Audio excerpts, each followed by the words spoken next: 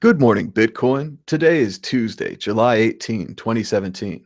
My name is Thomas Hunt, and here's what's happening today in Bitcoin.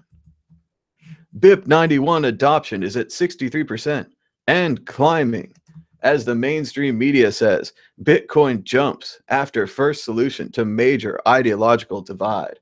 And jump it has. In the last 24 hours, the price of Bitcoin was up 14.67%. with a last of 23.32, a high of 23.32, and a low of 20.56.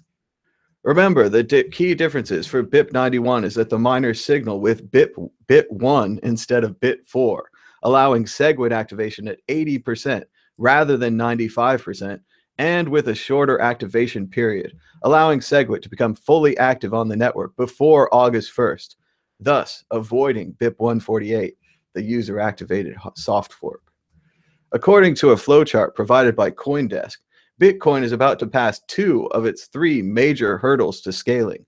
Segwit 2x is providing Segwit via BIP91, thus negating the need for a UASF, as the network will already support Segwit. This leaves only the incredibly contentious and perhaps unnecessary 2x hard fork, currently scheduled for the end of November. While we have settled this current fight, there may be a much greater one waiting in the wings. But with Segwit on the network and 2/3 of Bitcoin scaling drama behind us, many are looking forward to a possible $4,000 Bitcoin, and maybe even more, as Litecoin rose to more than 10x after adopting Segwit, from $4 a coin all the way up to 40. And for more on BIP91 and the Segwit timelines, we're joined by Jimmy Song. How's it going, Jimmy? It's going great. It's going great. Some clarification seeming to happen now. It does look like BIP91 signaling has started. I don't know if they're actually running that Segwit 2x software or whether they're just changing their get block template call, or if they're running James Hilliard's BIP91 only fork that I guess he made.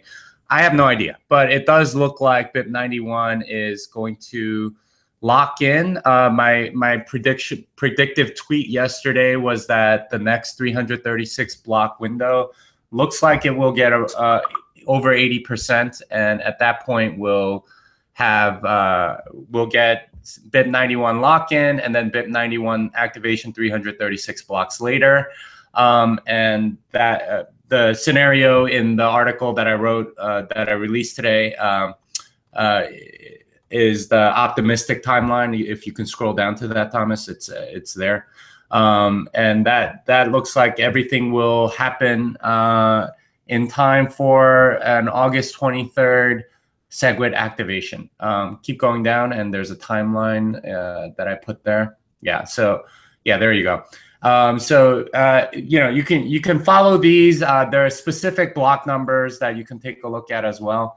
But basically, it's BIP91 that happens first. Then BIP148 sort of does nothing because BIP91 essentially front runs BIP148, and that in turn causes BIP141 to activate or to lock in by around August 10th and be active by around August 23rd. So it looks like things are going to go well until around November 18th, where I still see the 2x hard fork that's scheduled, although there's some doubt as to whether or not that is negotiable, as seen by some tweets between Matt Corallo, a core developer, and oh gosh, why am I forgetting his name? Mike Belshi, who's the project manager for Segwit 2x. I did put in my article, delayed timeline. If 80% don't signal in the first 336,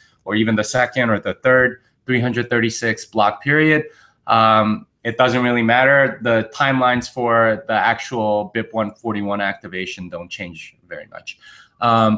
The only real risk is if BIP91 fails, in which case BIP148 starts, and that likely results in two chains one way or the other.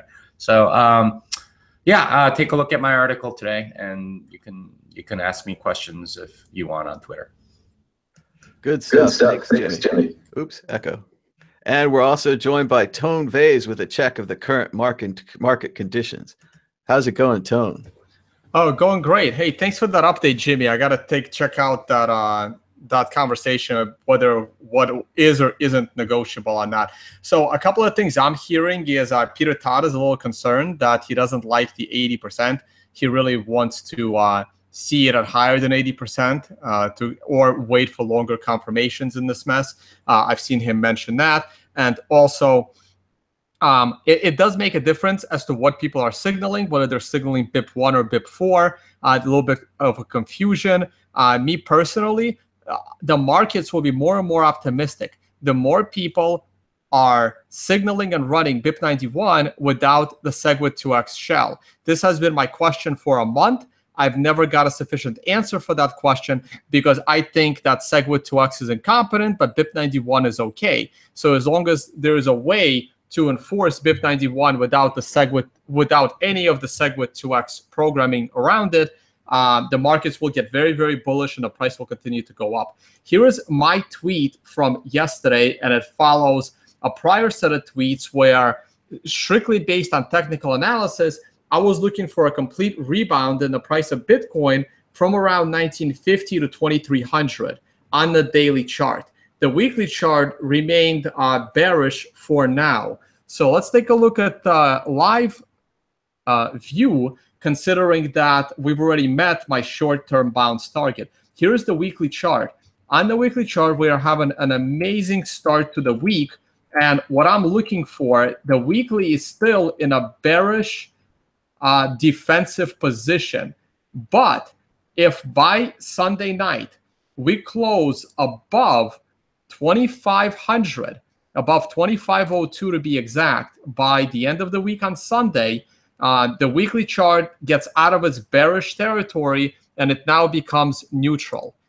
On the daily chart, the rebound looked really, really good. The 9 candle, which is what I was looking for to take profits off of the short trade that would have taken place as of July 8th at the price of 24.40 or so. Profits could have been taken on July 15th, anywhere from 2,200 all the way down to 1975. The July 15th was not a reversal candle. The reversal candle came the following day at the bottom of my trend channel. My bounce target was going to be 1 to 4 days, and then we'll take a look with an initial price target of 2,300. We've broken 2,300 today. I think there is a little more upside left on this bullish momentum. So let's see where it goes. I will reevaluate this situation as of tomorrow when I get that 4th candle, the 4 days after the perfected buy signal on July 15th. So let's see where that goes. For now, technically, according to the indicator, you are on a bull tradable bounce. The number tells you to be neutral with the potential to go long tomorrow for a longer play. And the weekly chart is getting out of its bearish trend. So things are starting to reverse, but we're not out of the woods yet. I will maintain a close eye on the situation. Thanks, Tone, for that update. And we're just about out of time here, but I wanted to thank all of the new subscribers at the Mad Bitcoins Patreon. In case you haven't heard, you can support this show with your credit card at patreon.com//Mad Bitcoins. We have 36 patrons with a support of $207 a month, just short of our $2,000 a month goal. So every little bit helps. Maybe you want to subscribe at the $5 or the $10 level. That would be great to support the show. And if you'd like to support the show with Bitcoin, you can always donate some Bitcoin to the address on your screen right now. It's okay. You can pause it. I'll wait. But thanks again for watching. Be sure to like, comment, and subscribe.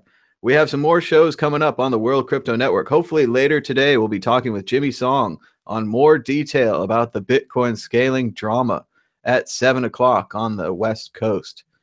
Today was Tuesday, July 18, 2017. My name is Thomas Hunt.